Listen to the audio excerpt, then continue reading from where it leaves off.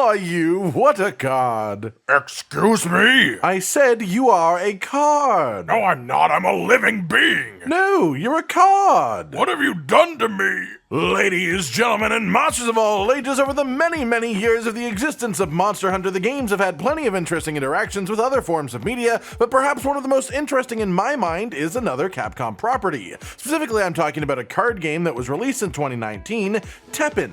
In this game, players collect cards from various Capcom franchises, put them into decks, choose a hero from one of the franchises, and a hero art, which is sort of like a special ability that hero can use, and then they do battle with each other in card game format. This is a tried and true concept. It's not the first battling card game to exist by any means, but it does have its unique flares. One of the biggest draws for me personally being the fact that it has Monster Hunter flavored cards. Whether it be characters, monsters, actions, or items, there are currently more than 440 Monster Hunter based cards in Teppen.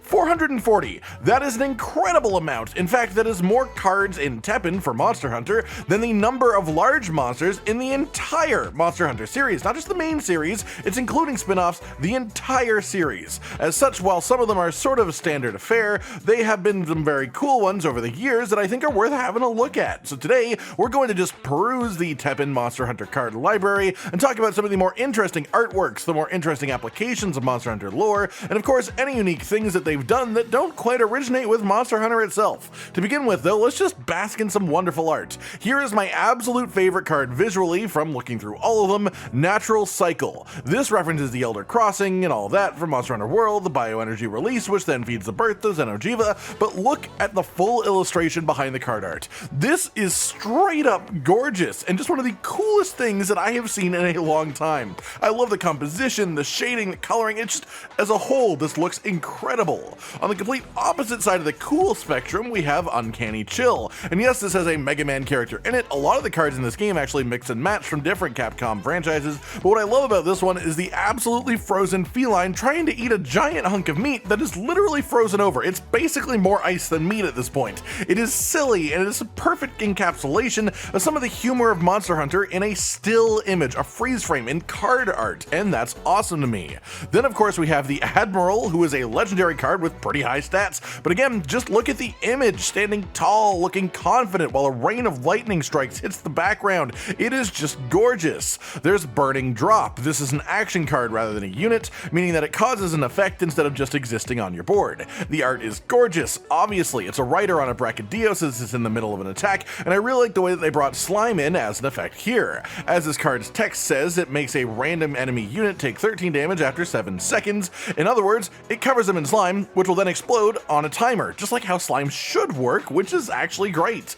On the note of riders in this game, there are quite a few instances of cards from Monster Hunter that are riders and monsters that they're attached to. And something interesting, yet also horrifying that I find about this, is every single time the rider is wearing the exact armor set of the monster that they are with, the monster that they're friends with. Yes, I get from a cohesiveness standpoint, it's just nice to have them together, it sort of makes sense. But when you think about it from a logistical standpoint, that means that this hunter has probably killed quite a few of the monster that they're friends with. It's like you murdered their entire family except for one, and then the remaining one just agreed to serve you out of complete and total fear. But hey, the cards look nice, and maybe this woman didn't kill an entire herd of Lagami. But she probably did.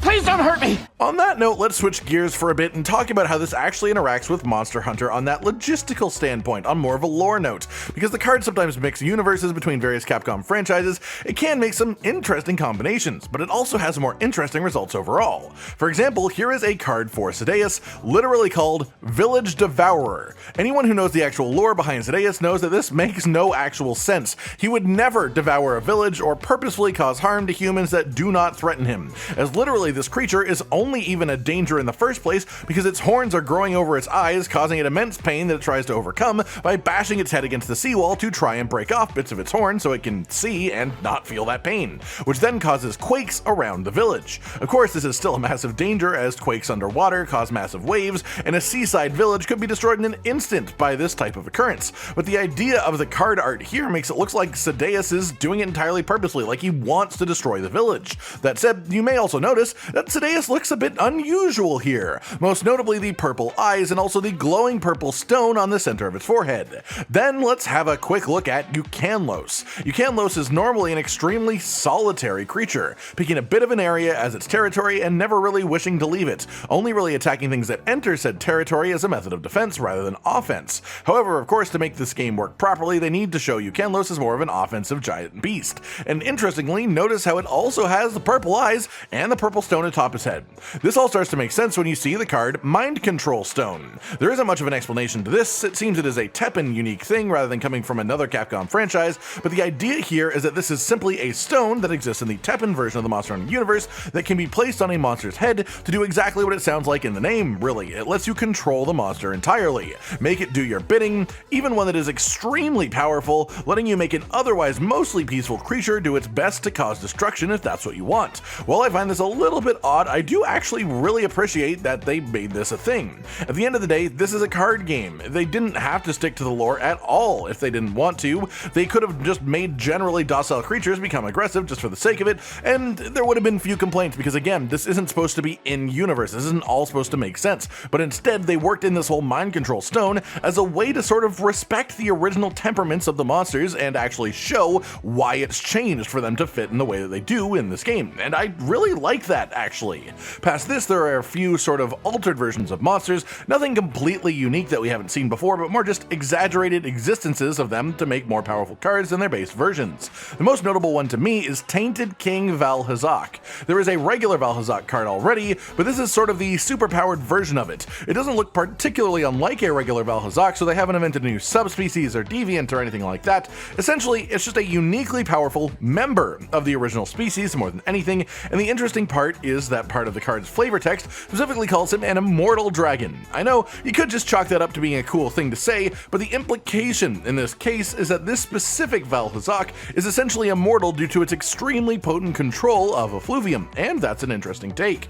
It's also worth noting that Teppen doesn't at all shy away from using the spin-off Monster Hunter games for the cards either, and that has created some pretty cool artwork as well, giving us some really nice art of monsters that otherwise only exist in low polygon mobile games like Monster Hunter Explore. A great example of this is Immortal Zinogre, whose card is called Recharged Soul Zinogre. Mostly I just want to show this off because again, it's cool to see the artwork of this quality for a monster from Explorer, and it just looks absolutely awesome. It's gorgeous. On a similar note, there is Moridumanto from Explorer, and again, I just wanted to have a look at this beautiful art that they've done for this card and show it to you all. And with that, I'll just start cycling through some more of the cards whose artwork really stuck out to me as we wrap this up. Mostly today has just been a bit of an exploration into the Monster Hunter side of Teppen. After all, as Monster Hunter fans, I thought we'd all find this pretty interesting even if you don't really care for Teppen itself. It has tons of cool art, interesting interactions within the lore of Monster Hunter, and quite good attention to detail as far as that goes too. Sometimes it will mix in other Capcom franchises and meld stuff together in interesting ways, but for the most part, I just wanted to show you all of the cool artwork that's been done for Monster Hunter creatures and concepts that have been put into this game, which is stuff that you simply may never see if you had no interest in Teppen itself. And this way, we get to enjoy it together.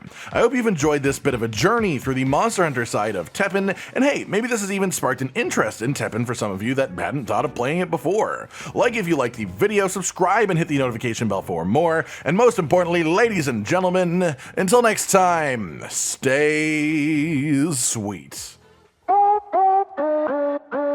Josh, Cotton, and Hollow with the videos, dropping the humor like a hammer on your tippy toes, bringing entertainment on a daily arrangement to take our insanity and turn it into entertainment. Yes, I said entertainment twice, to reiterate that it is nice to look into your faces on a mostly daily basis when you let us in your homes to make the whole world a stage.